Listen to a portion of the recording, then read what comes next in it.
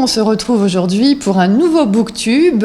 Aujourd'hui, je vais vous parler d'un roman qui s'appelle Le chemin de sel de Raynor Winn. Alors, ce livre figurait parmi les best-sellers du Sunday Times quand il est sorti en 2018 et il raconte une histoire réelle puisque son auteur, Raynor Winn, et son mari sont devenus sans-abri du jour au lendemain alors qu'ils avaient une belle maison, une ferme avec des animaux en Angleterre et un accord commercial avec un ami a malheureusement mal tourné.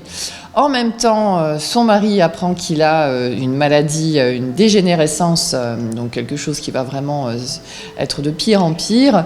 Et ils se retrouvent, eux qui avaient une vie tout à fait normale, classique, avec un travail, des loisirs, des amis, un toit surtout. Ils se retrouvent du jour au lendemain sans rien du tout.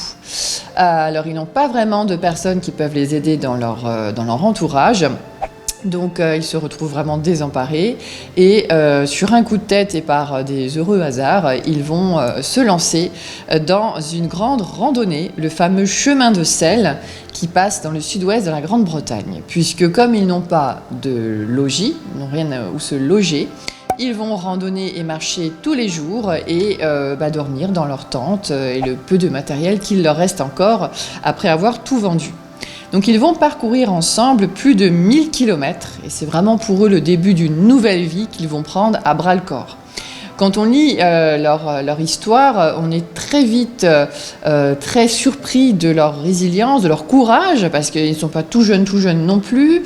Le mari a une maladie, comme je l'ai dit tout à l'heure, et ils sont très tristes, ils sont en colère aussi, ils sont amers. Donc au début, ça paraît comme une fuite. Mais on va se rendre compte que c'est surtout un roman, enfin une histoire, puisque je rappelle que c'est réel, sur le lien qu'ils ont entre eux déjà, puisque malgré toutes les difficultés qu'ils vont vivre, ils s'aiment toujours, face à ce destin qui s'acharne vraiment contre eux. Les centaines de kilomètres de randonnée qui vont défiler vont les faire souffrir, ils vont connaître la pluie, ils vont connaître des gens qui vont les chasser de là où ils voulaient dormir, ils vont connaître aussi des chaleurs écrasantes, le vent, etc.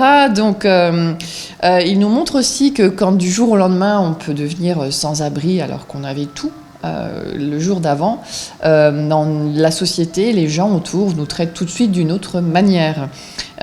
C'est pas facile de garder sa dignité, ce n'est pas facile d'avoir accès à de l'eau courante, à un endroit sécurisé pour dormir, à de la nourriture, de survivre en fait, Mais malgré tout, ils vont rencontrer de très belles personnes, vont faire de très belles rencontres, ils vont traverser des paysages magnifiques, ils vont vivre des expériences vraiment très intenses et ils ont surtout un amour très, très fort qui les lie tous les deux.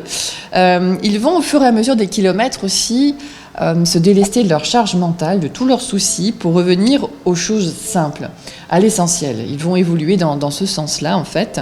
Donc, c'est vraiment un récit qui va à la fois nous montrer, bien entendu, la beauté des paysages de cette région des Cornouailles, qui peut nous donner d'ailleurs envie d'aller y marcher, mais c'est surtout une belle leçon de courage et une émouvante expérience personnelle. Et je terminerai par une citation de ce livre. « Là, sur le chemin, nous étions libres, malmenés par les éléments, affamés, fatigués, transis de froid, mais libres.